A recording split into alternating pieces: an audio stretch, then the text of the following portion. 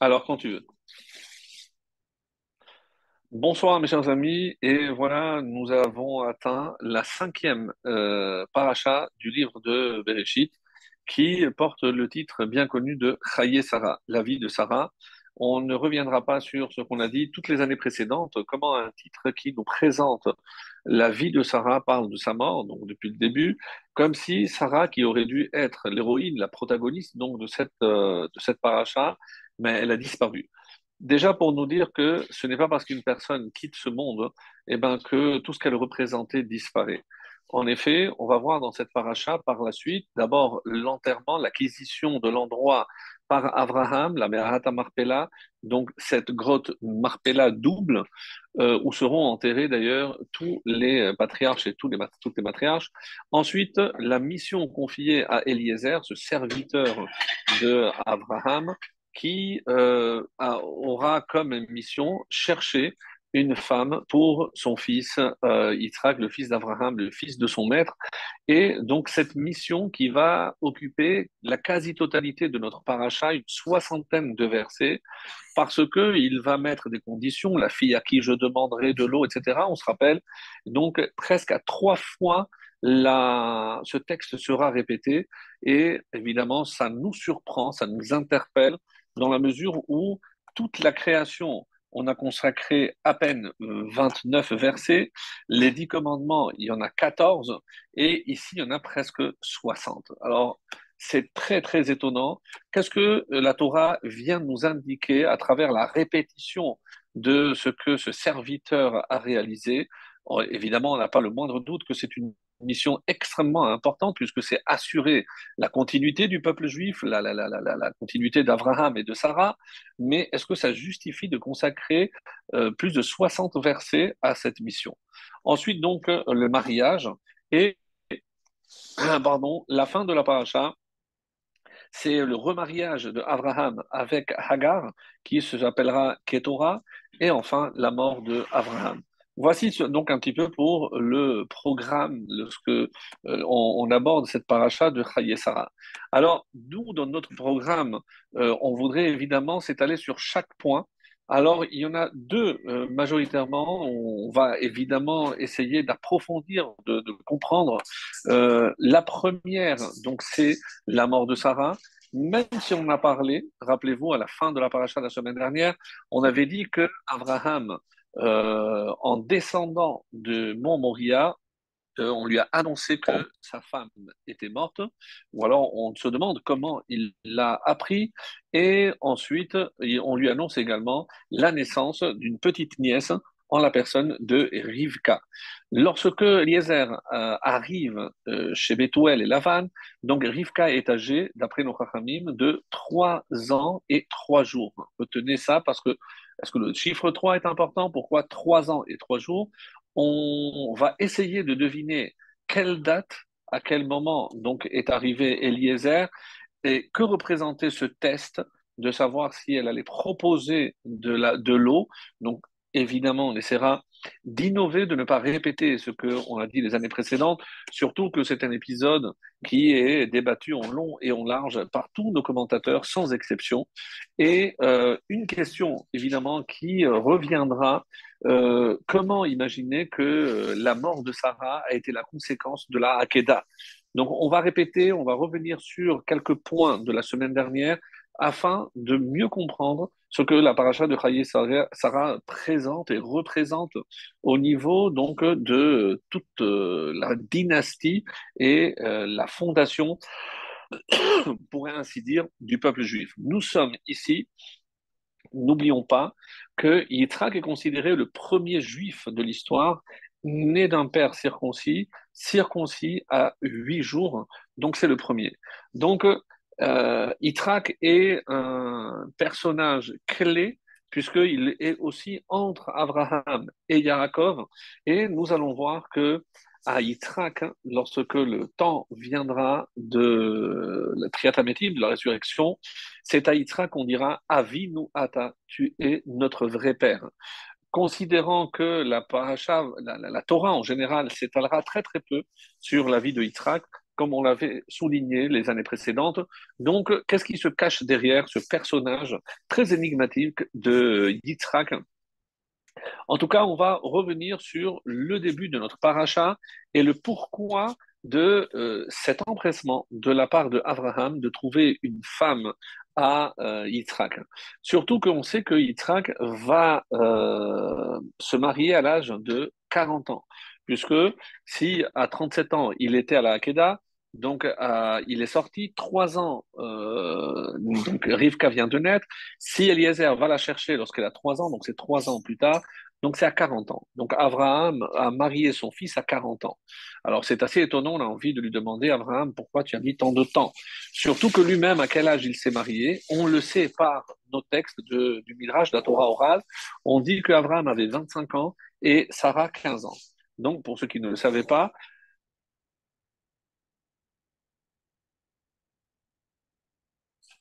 euh,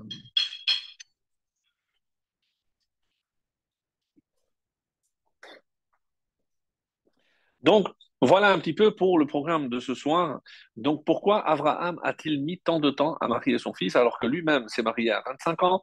Les Pirkei Avot, comme vous le savez, Ben Shmona Esrei la Choupa, donc aujourd'hui on devrait se marier à 18 ans, même si tout le monde ne le fait pas, mais ça veut dire qu'on s'empresse pour éviter évidemment que le Yetzer Hara ne l'emporte, puisque un enfant, un jeune à 18 ans, a déjà des désirs, cela va de soi, et donc, pour ne pas justement qu'il vienne à fauter, on s'empresse de marier au plus vite. Donc, on lui conseille d'étudier d'abord à l'Yeshiva, de se préparer spirituellement pour comprendre les enjeux du mariage et qui ne sont pas des moindres. Donc, la question, c'est que pourquoi il ne l'a pas fait du vivant de Sarah? Ça nous paraît très triste que au mariage de Yitzhak, eh ben, Sarah était absente puisque, en tout cas, elle n'était pas là physiquement. C'est une évidence. Pour ce qui est de ce premier passage dans la paracha, je voudrais attirer votre attention, c'est qu'on apprend énormément de choses hein, concernant le deuil et concernant le devoir d'ensevelir nos chers disparus. Donc, c'est de cette paracha qu'on apprend tout. Mais il y a un problème. Généralement, on dit que lorsque un être cher nous quitte, il y a, d'après, c'est stipulé, c'est rapporté comme ça dans la 3 jours pour le pleur et 7 jours pour le hesped. Donc, le hesped, c'est l'oraison funèbre pendant 7 jours de deuil. Donc, on se réunit pour parler du défunt ou de la défunte. Mais lorsque vous regardez ici le texte, hein, lorsque Abraham est venu, qu'est-ce qui a marqué? L'ispod velivkot. Donc on a inversé. Il est venu d'abord faire son oraison funèbre et ensuite pour la pleurer. Et tout le monde connaît donc cet enseignement où l'ivkotar pleurer, c'est un kaf qui est plus petit pour nous dire qu'il faut pleurer un peu. Alors c'est pour ça que certains disent qu'il ne faut pas pleurer les 7 jours, il faut pleurer 3 jours, que Abraham a pleuré les 3 jours, mais on ne voit pas dans quel ordre ça s'est passé puisque ça ne correspond pas. S'il a fait l'oraison funèbre avant, pourquoi il a pleuré après? Donc c'est ce qui est dit ici. Et un avis magnifique puisque on verra ce fameux texte où il est dit que Vachem Berach et Abraham Bakol. Dieu a béni Abraham en tout. Qu'est-ce que c'est en tout? À quoi un homme aspire? Et il y a des textes magnifiques qui nous diront ce à quoi tout homme doit aspirer ici sur terre. Et ça vous étonnera, mais un des désirs de tout homme sur terre, c'est non seulement d'avoir des enfants, mais c'est de voir aussi des petits-enfants. Oui, c'est comme ça que c'est rapporté dans les textes.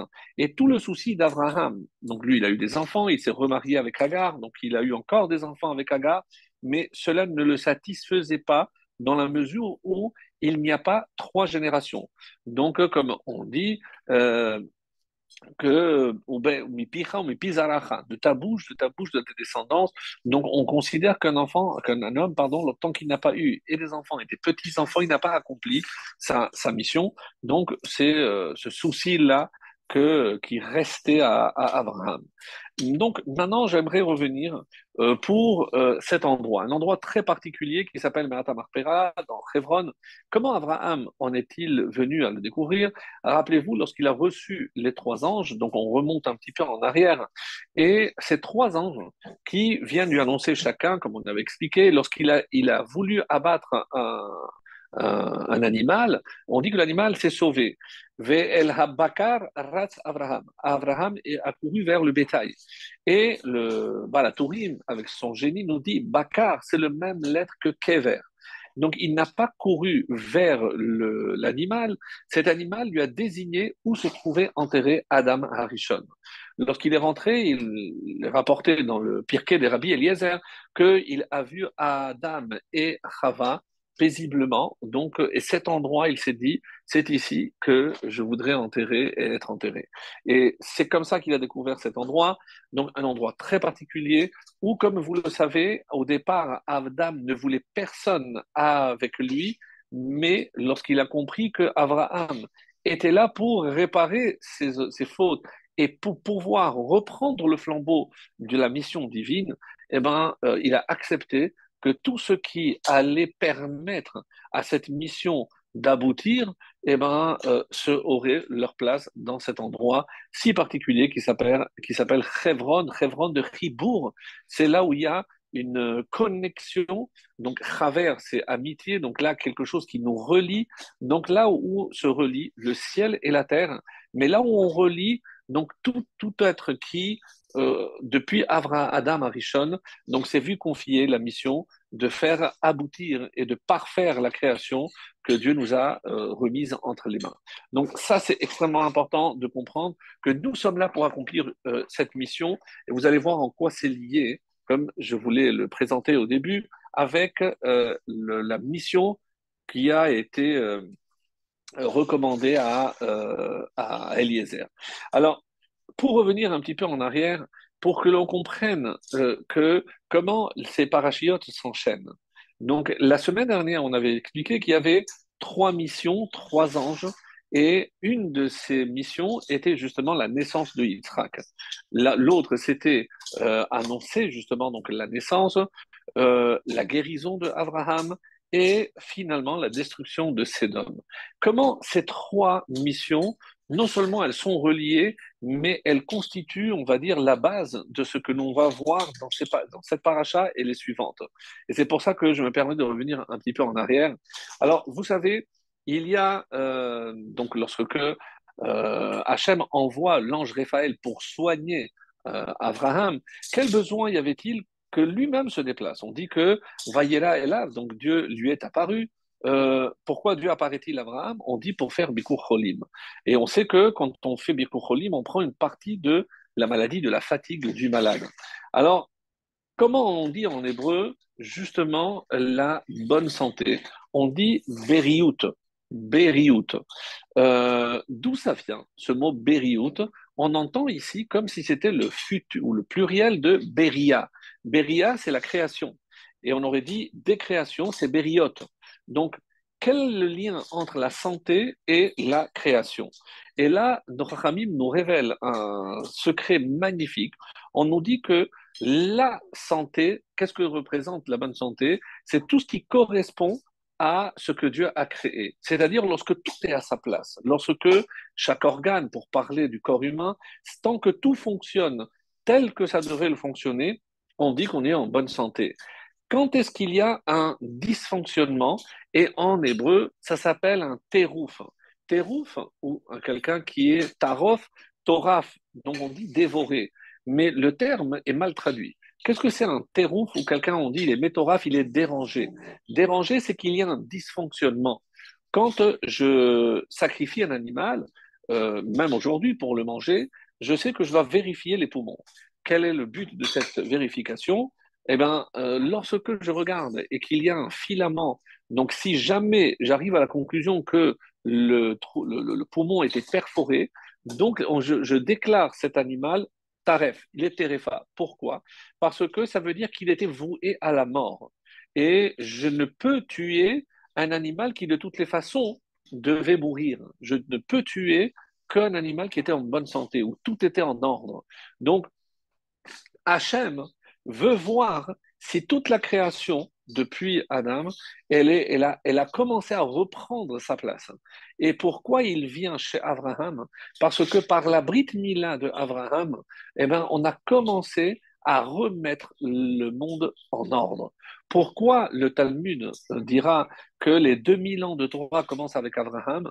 Parce que Tohu, je peux traduire par désordre, Torah, c'est l'ordre.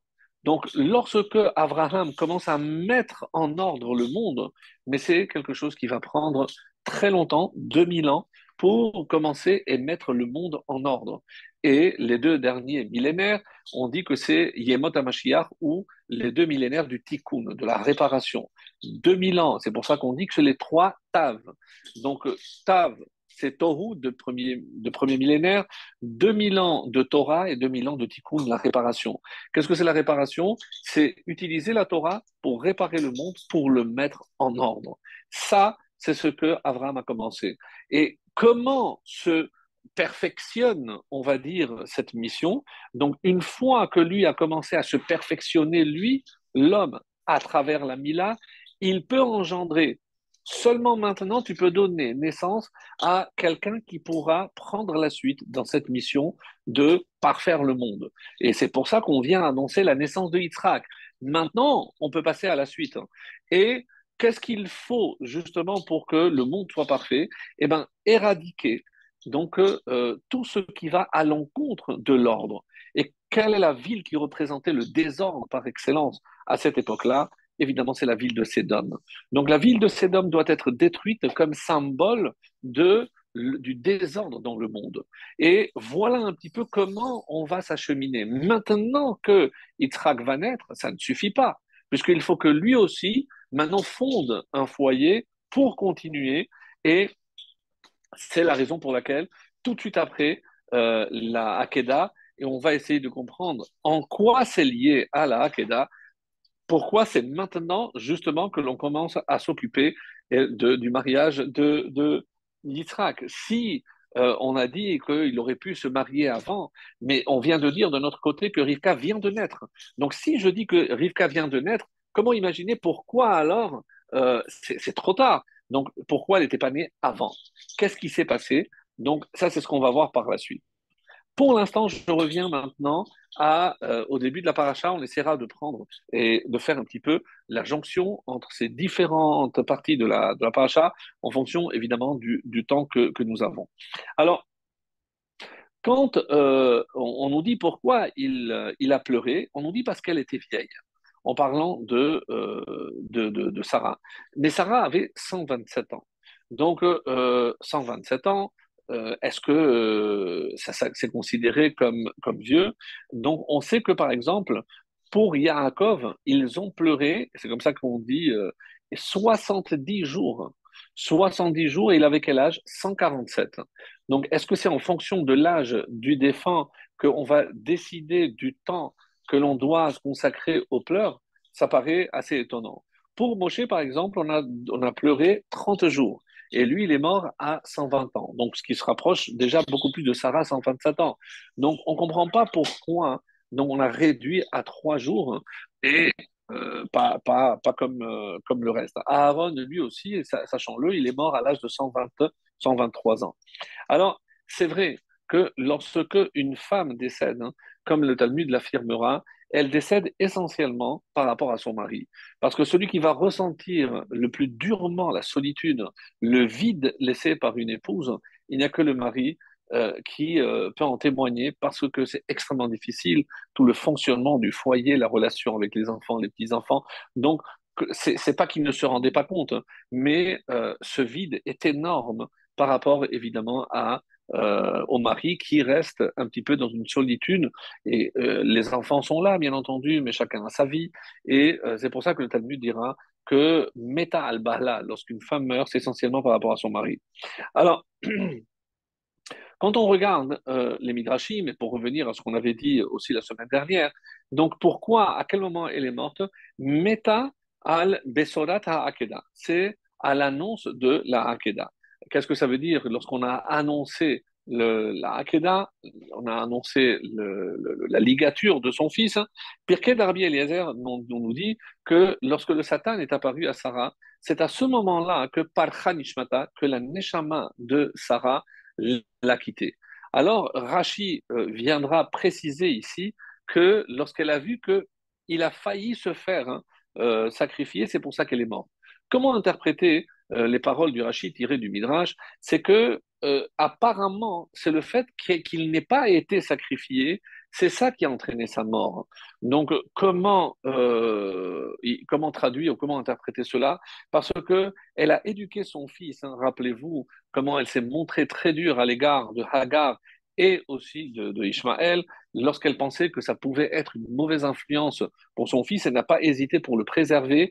Et si Yitzhak, à 37 ans, est capable de monter sur un bûcher et tendre le cou à son père, c'est le résultat d'une éducation extrêmement stricte de Sarah. C'est pas en vain, bien sûr, que Yitzhak est le pilier de la Gévora, du din, de la rigueur. Non, on ne dit pas que c'était une épreuve pour lui parce que lui, il a été entraîné, j'aurais dit, presque éduqué à cela. Donc, et ça ne lui pose pas de problème. Mais est-ce que le fait que Abraham n'ait pas achevé ce geste, hein, est-ce que cela voulait dire que son fils n'a pas été agréé comme sacrifice? Donc, c'est cela qui serait à l'origine de la mort de Sarah. Ce qui veut dire, est-ce que les Rachamim interprètent que si jamais il avait été sacrifié, elle ne serait pas morte? Donc, on a du mal à comprendre finalement comment interpréter tout ce passage, puisque on nous dit aussi que pourquoi on nous présente les années de Sarah comme ça, découpées en 100 ans, 20 ans et 7 ans, parce que tout était identique au niveau du bien. Ça veut dire que c'est exactement le nombre d'années qu'elle devait vivre. C'est pas qu'elle est morte soudainement. C'est vrai que pour le mari, il a laissé une femme en bonne santé, donc il redescend et elle n'est plus là. Donc bon, il faut croire que les crises cardiaques existaient toujours. Donc cela veut dire que c'est pas, elle n'est pas morte avant son temps. Voilà ce que les Chachamim veulent à tout prix nous enseigner, c'est que même si ce qui a déclenché c'est la Hakeda, mais ce n'est pas la raison pour imaginer qu'on lui a enlevé des années de sa vie. Elle a vécu exactement ce qu'elle devait vivre. Alors, rappelez-vous, j'ai souvent souvent dit que Sarah n'a pas résisté au sacrifice de son fils. Et qu'est-ce qu'on dira de ça, de Hannah, dont on a parlé aussi, je pense, la semaine dernière, quand on a dit qu'elle a donné 7 enfants pour le Kiddush Hashem. Est-ce que Sarah serait inférieure ou alors qu'on sait qu'elle avait un niveau de prophétie qui était supérieur à celui de son mari Abraham? Donc, impossible d'imaginer que Sarah n'avait pas le même niveau que Hannah, qui, elle, a donné 7 enfants. Donc, comment interpréter le fait que la Hakeda, la ligature, est liée à la mort de Sarah? Alors, il y a une réponse magnifique qui se trouve dans le Shem Shmuel. Et il se base sur une Gemara et, qui traite dans Sanhedrin, qui traite d'un Navi Sheker, un faux prophète. Alors, vous savez qu'un faux prophète, donc, il s'avère qu'il a fait une fausse prophétie, il est chayav mita, donc il faut l'exécuter. Mais avant d'exécuter, on sait aussi qu'il faut mettre en garde, ce qu'on appelle en hébreu hatra'a. Alors la Gemara pose ermatrin, comment on peut mettre en garde un faux prophète? Puisqu'il annonce une prophétie, mais il faut d'abord que je vois si elle va se réaliser ou pas. Et donc, est-ce que le fait de dire attention, si c'est une fausse prophétie, que si jamais alors, comment avait-il les moyens de savoir si c'était une prophétie qui était vaine, qui était fausse? Et là, la Gemara, donc Sanhedrin, j'ai dit peut-être 89 2b. Alors, qu'est-ce qu'on nous dit? Que lorsque Hachem envoie une prophétie, il ne l'envoie jamais. Écoutez bien, jamais à une seule personne. C'est vrai que lorsqu'on regarde le nombre de prophètes qu'on a eu, 48, il me semble, mais ça, c'est les 48 qui ont eu un message à transmettre aux générations futures. C'est ces prophéties qui apparaissent dans le livre des Nevi'im et des Ketuvim, mais on évalue à 1 200 000 le nombre de prophètes et prophétesses tout au long de notre histoire. Donc, c'est pas les 48 qui apparaissent dans le canon biblique, dans le Tanakh. Non, ça c'est parce que les prophéties étaient importantes pour l'avenir. Mais il y en a eu d'autres. Alors vient ici l'Agmara pour nous expliquer que lorsque Dieu envoie une prophétie, quel est le meilleur signe pour savoir que ce n'est pas un faux prophète? Parce qu'au même moment qu'il envoie à ce prophète-là, qui est en train de dire, il envoie à d'autres la même prophétie. Donc, il n'est jamais le seul à connaître cette prophétie. Mais, et maintenant je reviens à Sarah, lorsque, c'est ça l'explication très très belle du Shem Ishmael, si on dit qu'Abraham Avinu avait une névoa, à savoir qu'il devait sacrifier son fils, pourquoi le fait qu'elle a vu son mari en train de sacrifier son fils aurait pu déclencher chez elle la mort?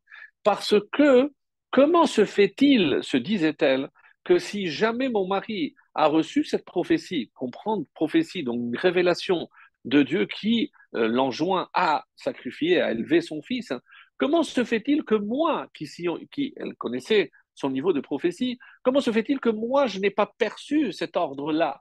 Comment je ne suis pas au courant? Est-ce que ça veut dire qu'Abraham est en train de faire quelque chose qui est contraire? C'est une fausse prophétie parce que moi, je ne l'ai pas reçue. Et d'après le Shem Mishmoel, c'est peut-être ce calcul de la part de Sarah qui a été à l'origine de sa mort. Alors nous, évidemment, on a la réponse. Vachem Nissa et Abraham. L'épreuve, c'est pour Abraham. Et en quoi est-ce important? C'est le Rav Shmulevitch dans Sirot Moussa qui nous donne un principe majeur. Donc, lorsque Dieu envoie une épreuve à quelqu'un, il envoie en même temps les kochot, les forces pour surmonter cette épreuve. Puisque cette épreuve était destinée à Abraham, donc Dieu a envoyé à Abraham les forces nécessaires pour surmonter cette épreuve. Et c'est pour ça que Abraham n'a jamais dit à sa femme, il savait que puisque Sarah n'avait pas reçu l'ordre et la prophétie, donc elle ne devait pas être au courant. Et c'est là où le Satan intervient. Parce qu'il savait, donc le Satan, que s'il faisait montrer, donc il montrait à Sarah qu'est-ce qui était en train de se passer, donc c'était afin de la déstabiliser en pensant que Abraham avait fait quelque chose de contraire à la volonté divine. Donc ça, c'est une explication très originale donc du Shem Ishmael que j'ai trouvé très très belle pour essayer de comprendre comment expliquer la mort de Sarah par rapport à ce geste. Parce que je dise qu'il l'a sacrifié ou pas, elle était prête à cela.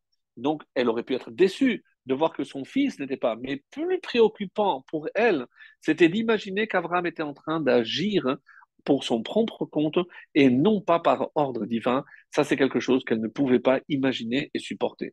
Donc, ça, c'est l'explication du Shem Shmuel.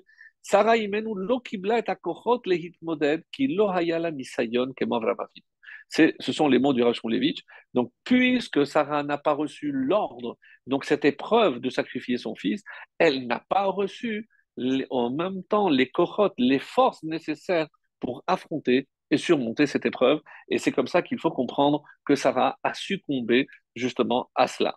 Donc on voit bien, par exemple, que lorsque l'homme lui demande un nisayon, une épreuve, eh ben, c'est pas sûr qu'il la surmonte parce que, comme l'épreuve ne vient pas de Dieu, eh ben, c'est pas évident d'avoir les forces. L'exemple que donne le Rav Shmulevitch, c'est de David Ameller.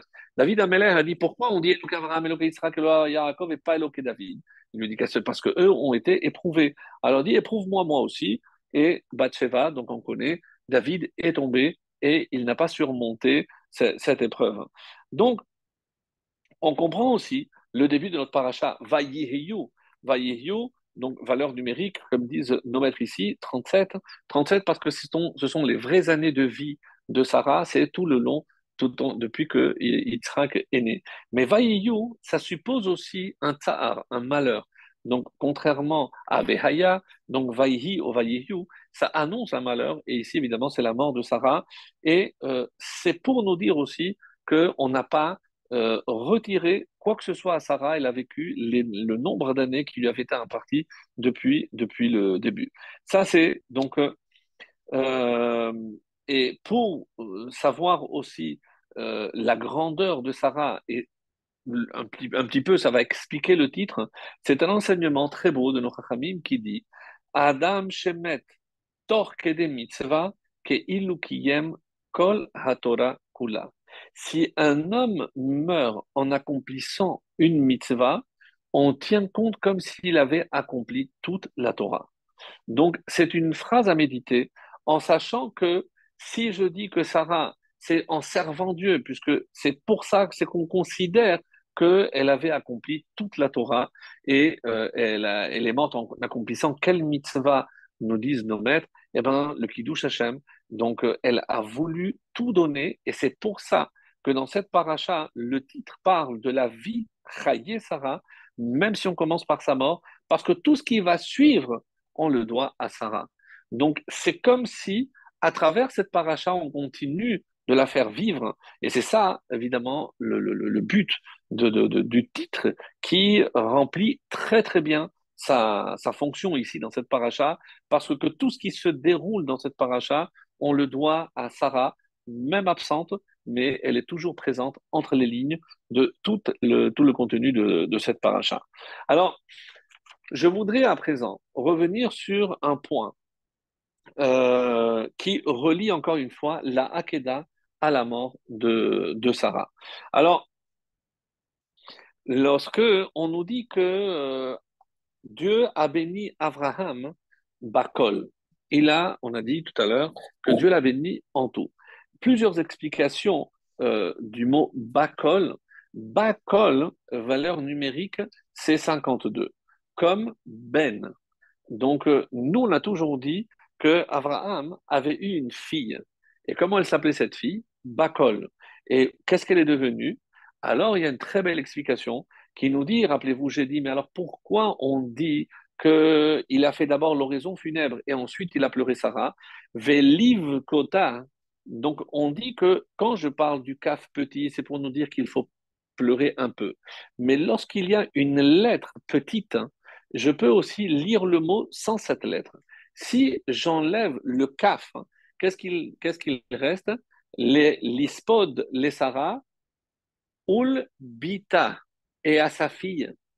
Et oui, mes amis.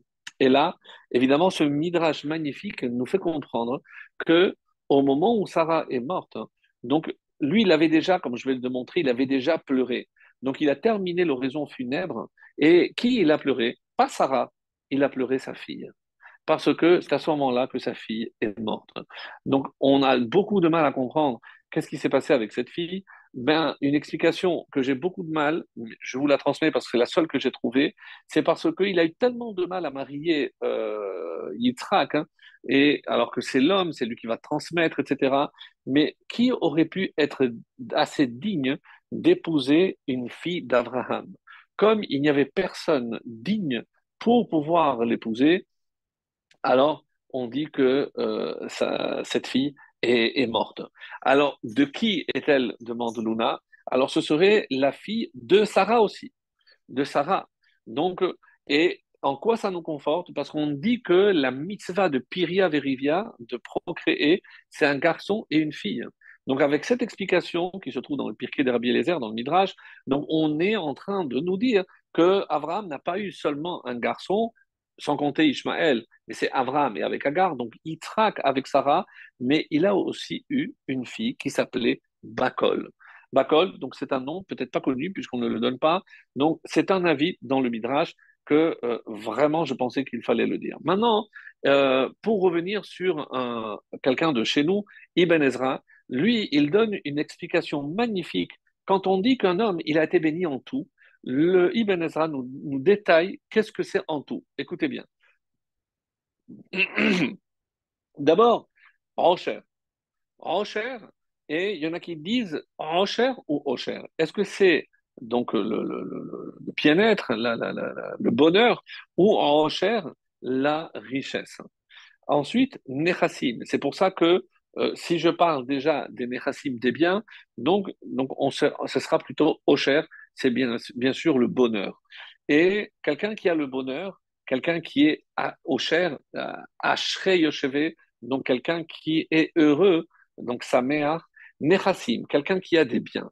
Quelqu'un qui a des biens, quelqu'un qui est assis, qui sait qu'il n'a pas de préoccupation parce qu'il a de quoi se nourrir, lui et ses enfants. Le kavod, il a aussi la renommée. Orech yamim, donc une longévité, donc une bonne santé qui lui permet de vivre longtemps. Et en cinquième position, banim, des enfants. Donc, Avraham, Berach et Avraham Bakol, Avraham avait tout ceci. Donc, il avait le bonheur, il avait la richesse, il avait la renommée, la réputation, et il a vécu longtemps et il avait des enfants. Donc, mais sans les enfants, donc c'est comme s'il manquait évidemment quelque chose. Et c'est pour ça donc que Rashi nous dit que Bakol, c'est la gematria de Ben. Ben, c'est 52. Mais on ne comprend pas. Parce que si je dis Varam et Bakol, que si je dis que c'est une fille, c'est très bien. D'abord, le premier sens, comme Ibn Ezra, il avait vraiment tout ce à quoi un homme aspire dans ce monde. Magnifique. Si je dis que c'est une fille, donc même s'il l'a perdu, mais en quoi il a tout eu? Parce que justement, il a accompli la mitzvah, parce qu'il avait un garçon et une fille. Donc magnifique. Mais, et là, on arrive à un passage, je pense qu'on l'avait abordé, peut-être pas l'année dernière, mais l'année précédente.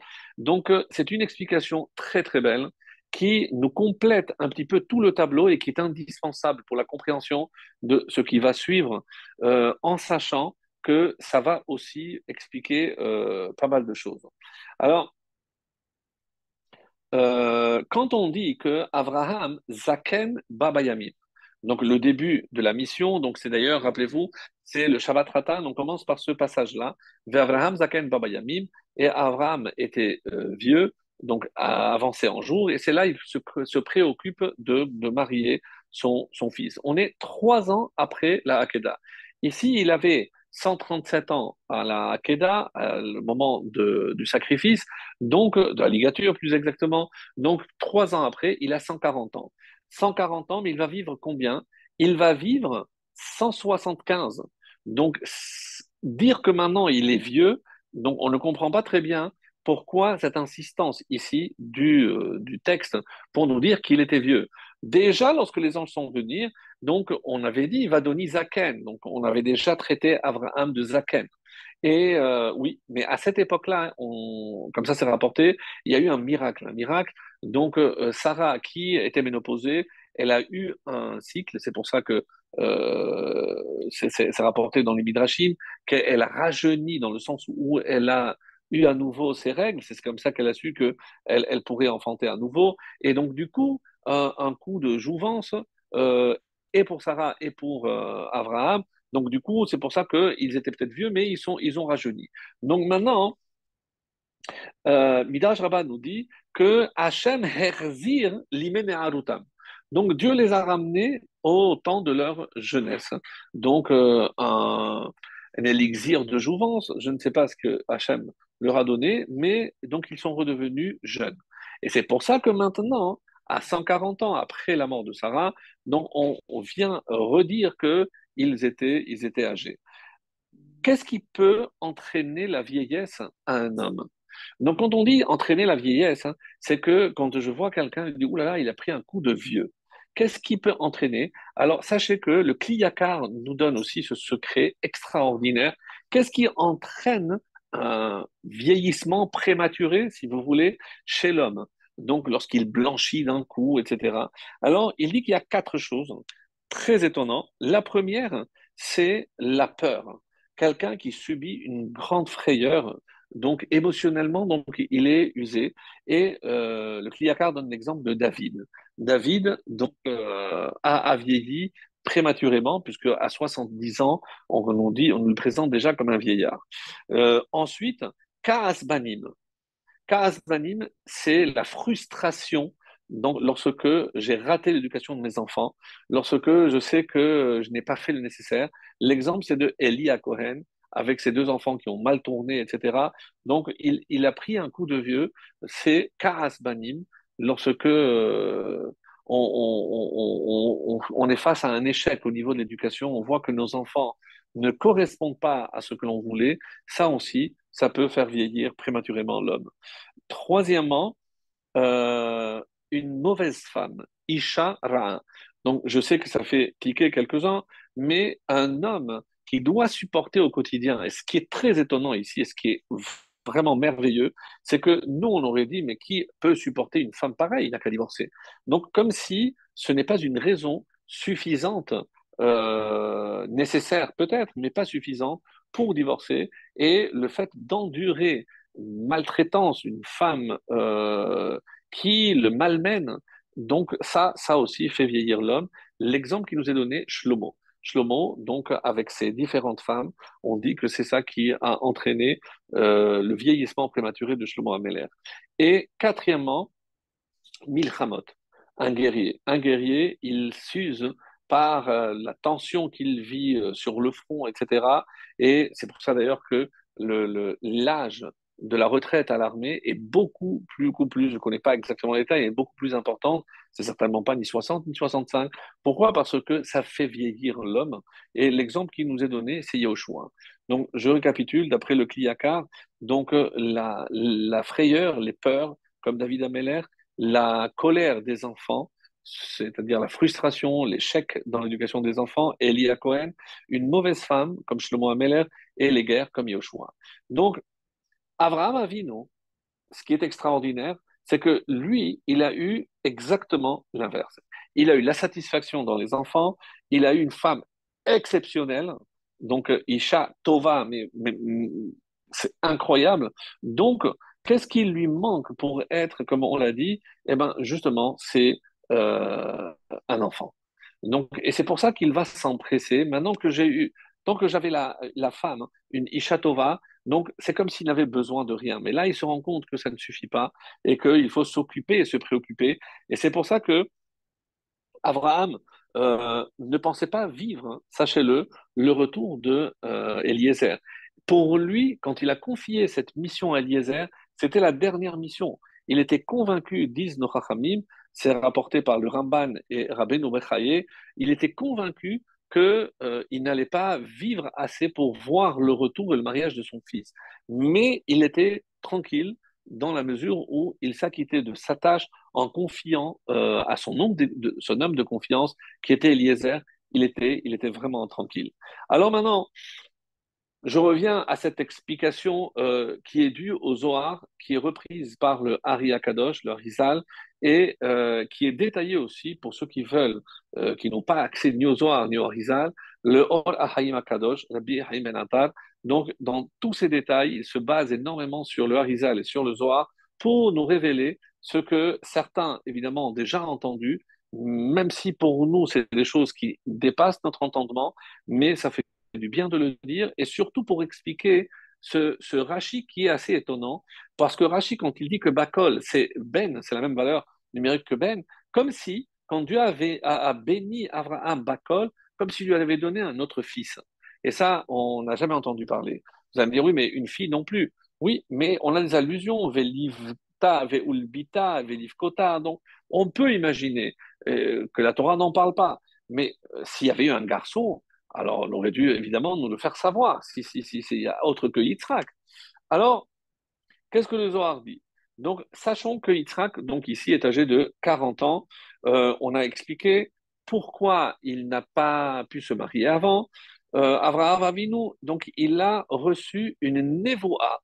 Et c'est comme ça qu'il a su que Rivka était née. Donc, il n'y a pas d'émissaire, il n'y a pas de WhatsApp, bien entendu. Donc, comment Abraham l'a su? C'est par Ruach HaKodesh. Et comme Lavan et Bethuel vont le dire lorsqu'ils sont face à Eliezer, mais Hachem yatsa hadavar. Donc, cette chose, mais je peux dire aussi cette parole, comment ça s'est su, ça se fait que tu es venu, toi, ici, maintenant, parce que c'est clair que ça vient d'Hachem. Je peux dire que tout vient d'Hachem, c'est Dieu qui a guidé tes pas, mais le fait que Dieu ait révélé à Abraham, ça veut dire que tu devais atterrir ici. Et depuis, donc, à Aramoria.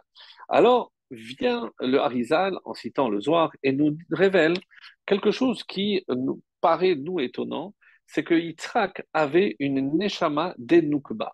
Donc, une âme, on va définir, ça, des féminines. Ça ne veut pas dire qu'il était chasvé shalom efféminé. On ne sait pas ce que ça veut dire une âme féminine. On sait juste qu'il y a deux types d'âmes, féminines et masculines, et évidemment, pour pouvoir se marier, donc comme si l'âme qui descend, elle est séparée en deux, la masculine et la féminine, qui se complètent par la suite lorsque on célèbre le mariage. Et quelle est une des caractéristiques justement du fait d'avoir une âme féminine? Les Chachamim nous disent qu'un homme qui a une âme féminine, il ne peut pas, la laidette, il ne peut pas enfanter. Parce que une âme féminine, donc on comprend bien que elle est réceptrice. Donc elle ne peut pas donner, elle n'est pas mashpia, elle ne peut pas influencer. Donc Yitzhak ne pouvait pas se marier et c'est la raison pour laquelle Abraham avait su et il savait cela et c'est pour ça qu'il n'a pas cherché à le marier dans la mesure où il ne pouvait pas avoir d'enfant. Donc, à quoi ça servirait-il de chercher une épouse pour quelqu'un qui ne peut pas engendrer? Donc, il a laissé ça de côté. Qu'est-ce qui a changé? Et là, c'est le secret extraordinaire que vient nous révéler ici le Harizal, entre autres, c'est que, rappelez-vous, lorsque l'ange vient annoncer la naissance d'un garçon, il dit l'expression suivante. Shov ashuv elecha ba'et chaya. Donc, venir, je reviendrai. Alors, on a l'habitude de cette redondance, de cette répétition dans le verset, donc on n'est pas choqué. Mais les Chachamim vont plus loin. Qu'est-ce que ça veut dire Shov? Je reviendrai quand? Dans un an pour voir effectivement que cet enfant est né. Mais qu'est-ce que ça veut dire Ashuv? Je vais revenir une fois dans un an, mais je reviendrai aussi quand? 37 ans après. Cet ange était là. Et c'est l'ange qui est lors de la mission de la Hakeda sur le mont Moria, c'est le même ange qui est venu annoncer. Donc, est-ce que c'est Michael d'après certains? Alors, peu importe sa nature, mais une chose est certaine. Pourquoi il a dû revenir lors de la Hakeda? Parce que, mes amis, et c'est ça ce qui est écrit ici, Beshaat Hakeda ki bel neshama me alma de duchra.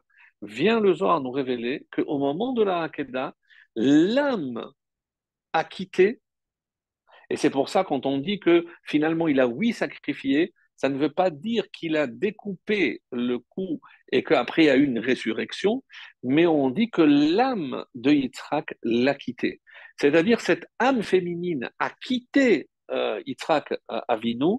Le Zohar va jusqu'à dire et où est allée cette âme féminine?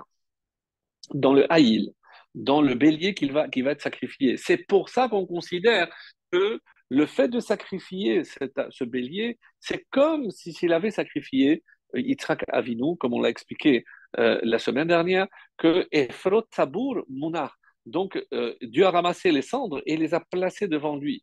Mais les cendres d'un bélier, oui, mais qui contenaient la première âme, cette âme féminine de Yitzhak, qui a changé au moment de la Hakeda. Donc la Hakeda avait comme but, et vous comprenez donc comment tout est lié ici, ce que la Hakeda avait pour but de faire descendre une âme masculine à Yitzhak Avinu. Et quand je dis qu'Avraham Berach et Avraham Bak, Hashem Berach et Avraham Bakol, Dieu a béni Avraham Bakol avec un fils, oui, c'est un nouveau fils. C'est pas le même Yitzhak, c'est Yitzhak avec une âme masculine. C'est comme si un nouveau garçon était né, certes à 37 ans, et c'est pour ça que maintenant qu'il a reçu une âme masculine, je peux me préoccuper de le marier.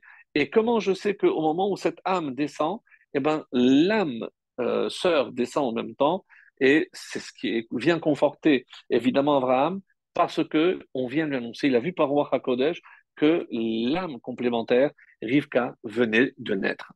Et c'est comme ça qu'il a su que cette mission avait un but particulier, c'est de faire renaître Yitzhak, peut-être pas de ses cendres, mais presque, c'est ce qu'on peut dire ici. Karet Bincha, et on comprend maintenant que est-ce que Abraham aurait pu prendre Ishmaël pour le sacrifier? Si Dieu lui dit prends ton fils, il considérait les deux pareils. Donc la Hakeda, quel âge avait Ishmaël?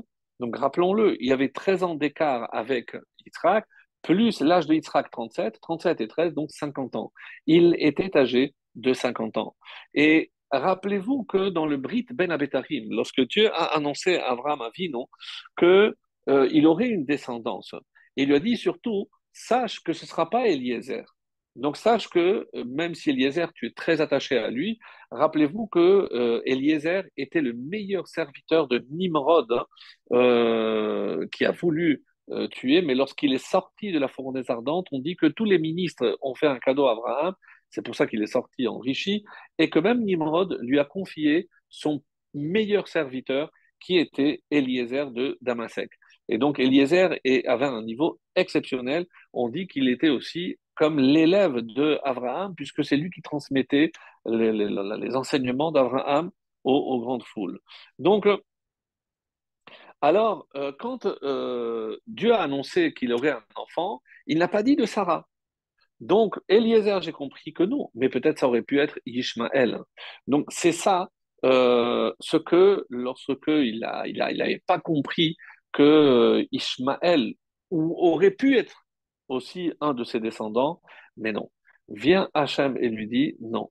Et quand on vient lui annoncer ici, c'est pour ça que l'annonce des anges est tellement importante, parce que, ou le Sarah ben, sache que ton enfant, celui qui est considéré ton vrai fils, hein, c'est le fils que tu auras avec Sarah.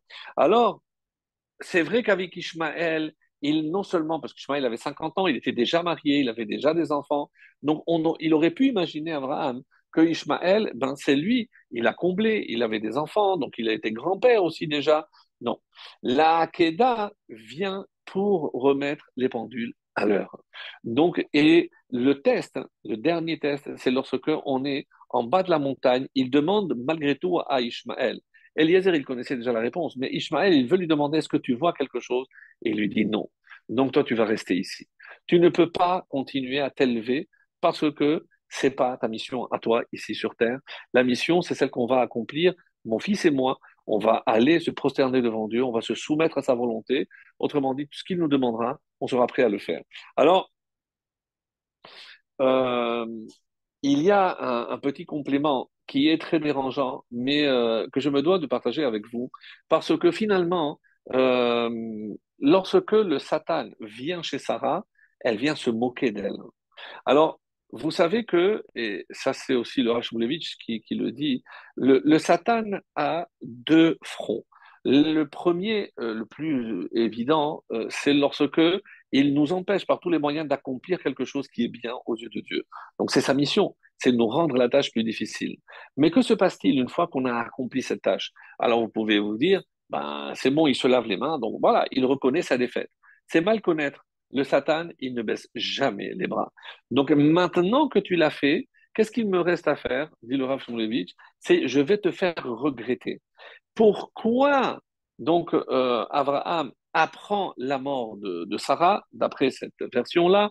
C'est parce que de la même façon que Satan est apparu à Sarah, eh ben, il va maintenant chez Abraham, lui dit, oh, tu sais, à cause de ce que tu as fait, regarde, maintenant Sarah est morte.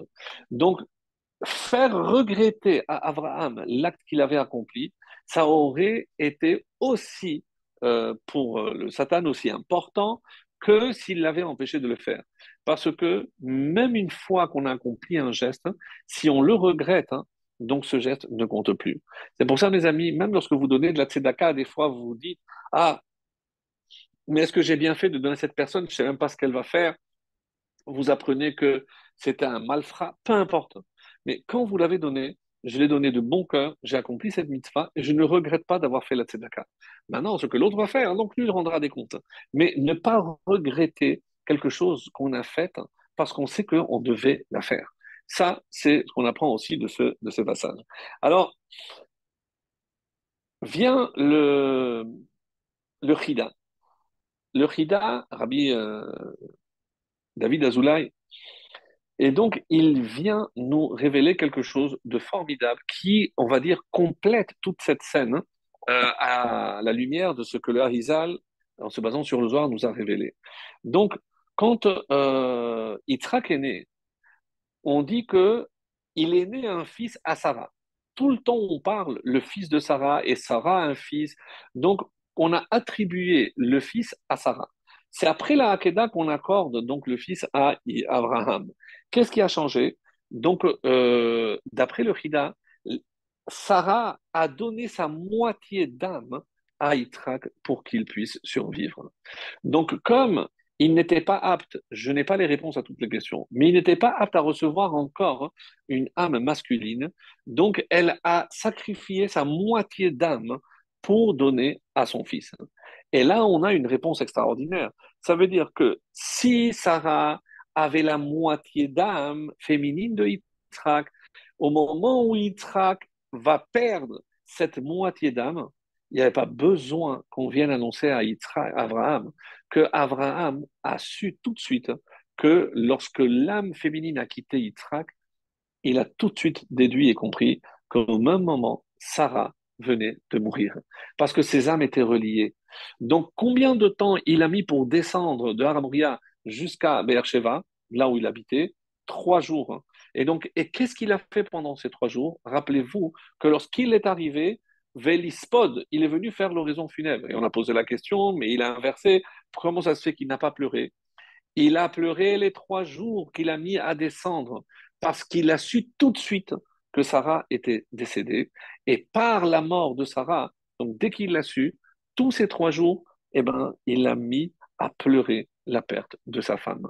Donc, il n'a jamais regretté, attention, mais ça ne veut pas dire qu'il a ressenti ce vide, cette peine, parce que pour pouvoir, en quelque sorte, permettre à Yitzhak d'être ce qu'il devait être, eh ben, elle a sacrifié, elle s'est sacrifiée, et c'est pour ça que Chaye Sarah, la vie de Sarah, si Yitzhak est ce qu'il est et ce qu'il va devenir, il le doit essentiellement à sa maman, à Sarah. Et je ne parle pas uniquement que l'éducation qu'elle lui a donnée, mais on est en train de dire ici avec le Frida elle a été prête à donner la moitié de son âme en sachant que ces deux âmes étaient reliées. Et maintenant, on va comprendre plus tard dans la paracha de Toldot, Elle Toledot Yitzhak ben Abraham. Donc, Yitzhak, qui est-il? Le ben Abraham. Abraham Holid et Yitzhak. C'est Abraham qui l'a engendré. Comment? Et Sarah n'a rien à voir? Non. Parce que le Yitzhak de maintenant, quand est-ce qu'il est né? À la Hakeda. Et grâce à quoi? C'est grâce à ce que Abraham avait accompli, c'est-à-dire la Hakeda. Voilà donc ce qui nous permet de relier, mais vraiment d'une manière, je trouve, vraiment magnifique. Donc tout ce qu'on a vu ensemble la semaine dernière, donc le début de cette paracha et évidemment tout ce qui va suivre. Et maintenant qu'on a posé cela, j'aimerais revenir sur un point, c'est l'insistance de la Torah sur la mission de Ishmaël, de Eliezer, pardon. Donc, on ne comprend pas comment la Torah peut consacrer plus de 60 versets pour une mission du serviteur d'Abraham. Alors, on connaît ce que le Midrash, on nous dit toujours, puisque c'est comme ça que c'est rapporté. euh, dans Rashi, alors, je l'ai ici, voilà.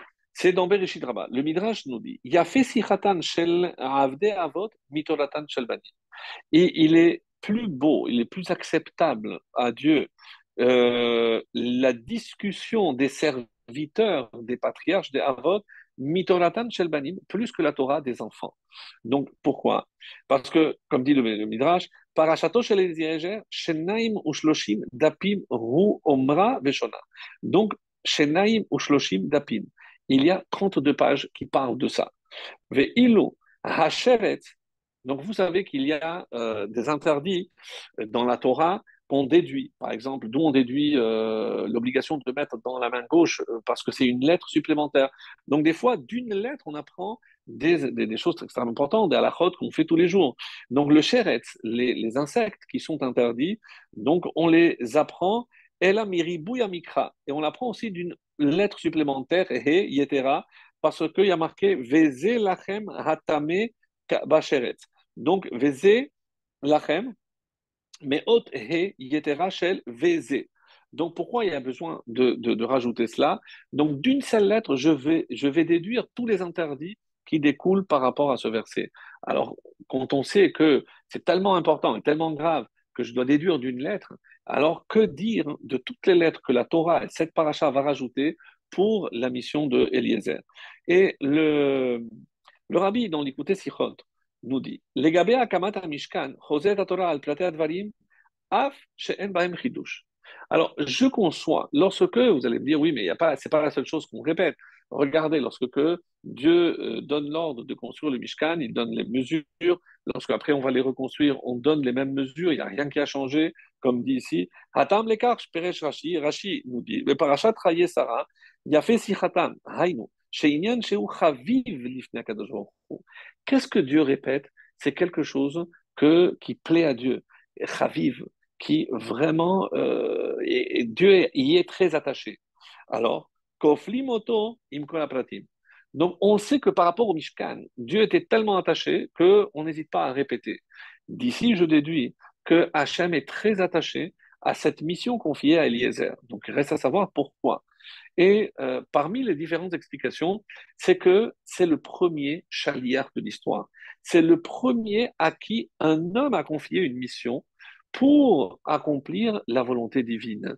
Donc c'est le premier chaliar, le premier missionnaire en quelque sorte, et tout prend évidemment son ampleur et son importance lorsque on rajoute ce que l'on a vu tout à l'heure, que pour Abraham, il n'était pas sûr de vivre encore assez longtemps pour voir cette mission se réaliser, c'est-à-dire le retour. Pour lui, il pensait vraiment Vachem, Varam Zaken, Baba Yamim, il pensait, moi, je ne suis pas sûr de continuer ce voyage. Eliezer, je te confie, sache que cette mission est la plus importante et là encore, on sait que euh, si on apprend lorsqu'il y a une lettre supplémentaire, on apprend aussi lorsqu'il manque une lettre. Lorsque il se voit confier, Eliezer, la première chose qu'il dit, mais Oulaï l'autoré, peut-être que la femme ne voudra pas me suivre. Et alors, bon, la réponse de Abraham, vous la verrez dans le texte, mais il y a une anomalie. Oulaï, c'est écrit avec Vav, hein, mais c'est écrit sans Vav. Elaï, vers moi. Qu'est-ce qu'il espérait, Eliezer? Mais moi, j'ai une fille, Abraham, je ne comprends pas. Moi, ça fait des années que je te suis. Tu as vu grandir cette fille. Est-ce que tu penses qu'il y a une fille meilleure que la mienne qui convient le mieux à ton fils? Et la réponse est très dure. Non. Sache que tu fais partie d'un peuple maudit et un maudit ne peut pas s'unir à quelqu'un qui est béni. Donc, très dur à entendre. Et ce qui est extraordinaire, qu'à aucun moment, il a fait passer son intérêt devant l'intérêt de celui qui l'a mandaté. Autrement dit, ce n'est pas seulement la première mission, mais on apprend comment remplir une mission lorsque on se voit confier cette mission. Et vous allez me dire, oui, mais quel rapport avec nous? Mes amis, on est tous ici mandatés par Akadosh Baruch Hu. On est tous ici pour accomplir une mission. Donc, celui qui nous envoie faire cette mission, c'est ni plus ni moins qu'Akadosh Baruch Hu. D'ailleurs, j'avais entendu une fois pourquoi chez les Chabad, chez les Lubavitch, donc le Shabbat du Kinnus, ils réunissent vraiment tous les shlichim du monde entier, donc des milliers qui se retrouvent à Manhattan, à New York. Et pourquoi ils ont choisi Chaye Sarah? Et une fois j'avais posé la question, on m'avait répondu comme ça, c'est parce que c'est la première mission. On la voit dans cette paracha. Donc on est tous en quelque sorte des Eliezer de Abraham Avinu, on est tous des Eliezer du Rabbi, pour ainsi dire. Donc, ils se sentent tous investis d'une mission et c'est pour ça qu'ils se réunissent pour partager leurs expériences.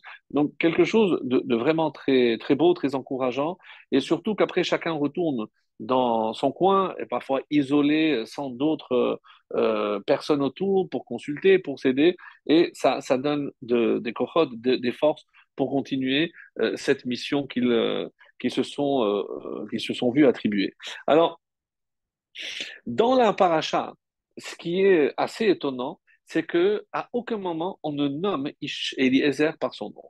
Regardez, Vayomer Avram el Avdo, Vayomer Elav Ha'eved, Vayasem Ha'eved, Vayikar Ha'eved, Vayarot Ha'eved. Donc chaque fois qu'il bouge ou qu'il est question de Eliezer, on le traite de Eved. Ensuite, lorsque Veha-ish mishtaela, donc là on a changé, on parle d'homme, ish. Vaikar ha-ish, lorsqu'il est en train de remplir sa mission, il devient homme, c'est l'homme. Kidiber elai ha-ish, vayarot lavan el ha-ish, vayavo ha-ish habaita. Lorsque vous regardez le texte, c'est très très étonnant, mais pour aller vers la mission, c'est le Eved, c'est le serviteur. Quand il accomplit la mission, il est appelé Ish. Ça veut dire c'est un homme. Donc, et quand il revient, il redevient le Eved. Qu'est-ce qu'on apprend de là? C'est que quand on va pour accomplir la mission, on doit se sentir comme le serviteur de Dieu, parce que on doit tout faire pour aller accomplir. Lorsque on est en train d'accomplir la mission, Hachem nous considère comme Ish. Mais rappelez-vous, Veha Ish Moshe, c'est une terminologie qu'on donne à quelqu'un d'extrêmement important.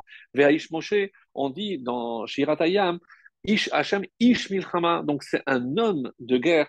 Donc c'est quelqu'un d'important parce que je suis mandaté par l'être le plus important, c'est Hachem lui-même. Et donc à ce moment-là, il est Ish. Et quand je reviens, je redeviens le Eved, donc le soumis à Kadosh Baruch Hu. C'est quand on voit le texte, c'est extraordinaire de voir donc que on ne nomme jamais Eliezer pour que nous nous sentions nous aussi concernés, mes amis. Parce qu'il ne s'agit pas simplement de raconter l'histoire du serviteur d'Abraham. Non, Abraham a laissé des descendants, dont nous. Donc, Eliezer a accompli la mission qu'il s'est vu confier, mais nous, en tant que descendants d'Abraham, on a encore cette mission à accomplir. Et c'est pour ça que c'est tellement important de continuer à accomplir cette mission en nous considérant encore comme un Eved ou en nous considérant comme un Ish, comme Moshe. Moshe Avdi, Dieu le traite de Eved, donc Veha Ish Moshe Anav, et Moshe aussi était un homme. Donc, alors, on nous dit, et ça va vous étonner, dans une petite macérette qui s'appelle Derech Eretz Zuta, il est écrit Tish'a nichnesu bechayehem began Eden. Il y en a 9, il y a 9 personnes qui sont rentrées de leur vivant dans le Gan Eden. Donc, je ne peux pas détailler toutes parce qu'il faudrait vraiment s'arrêter, mais celle qui va vous surprendre.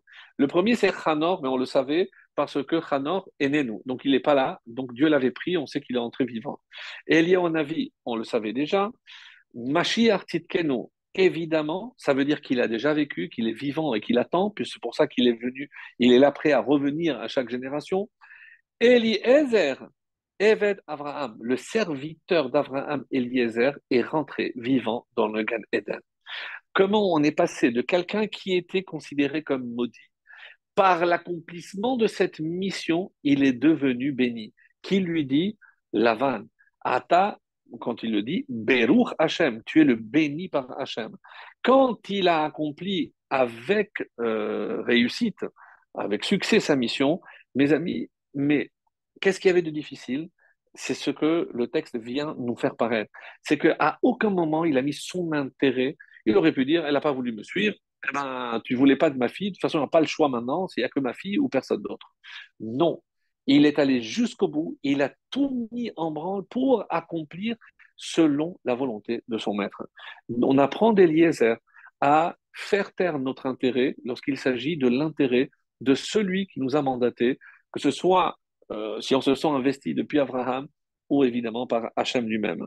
Alors, il y a aussi Hiram, le roi de Tours, aussi un goy. Qu'est-ce que vous me dites? Oui, c'est celui qui a envoyé le cèdre pour la construction. Il a envoyé seulement les cèdres, mais aussi tous les travailleurs au roi Salomon pour construire le temple. Il a eu une récompense hors norme. Euh, il y a aussi Reved Melech Hakushi, parce qu'on dit que c'est celui qui avait sauvé le prophète Jérémie lorsque Tzidkiyahu l'avait jeté dans un bord, c'est lui qui l'a sauvé, qui l'a fait sortir. Donc, il a eu cette récompense extraordinaire.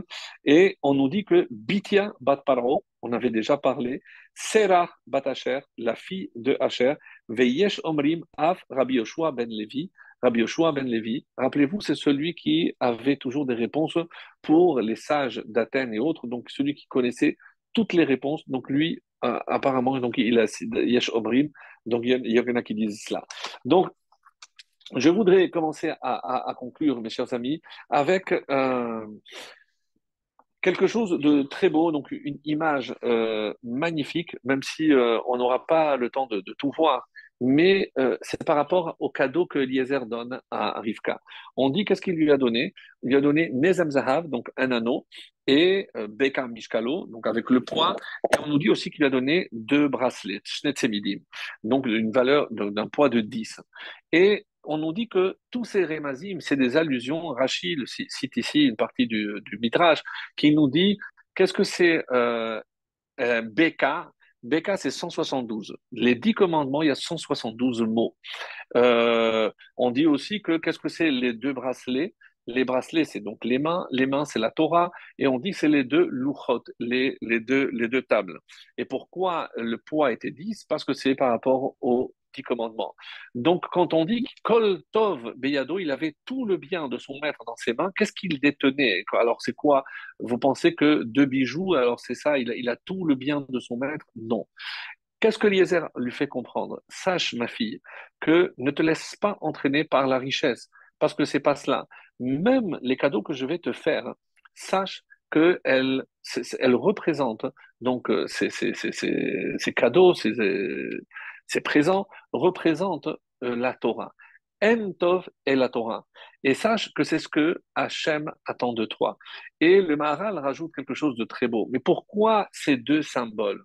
Parce que on sait que à Abraham est évidemment lui le pilier du chesed. Donc il cherchait une fille évidemment de chesed. Pourquoi? Parce que sans chesed, en sachant que Yitzhak était la rigueur, il lui fallait une femme vraiment de chesed. Alors l'eau, le puits, les chameaux, Gemilut, Gomel Chesed, donc toutes les images qu'on a vues les années précédentes, sur lesquelles on ne revient pas, où tout symbolise donc le chesed de cette fille.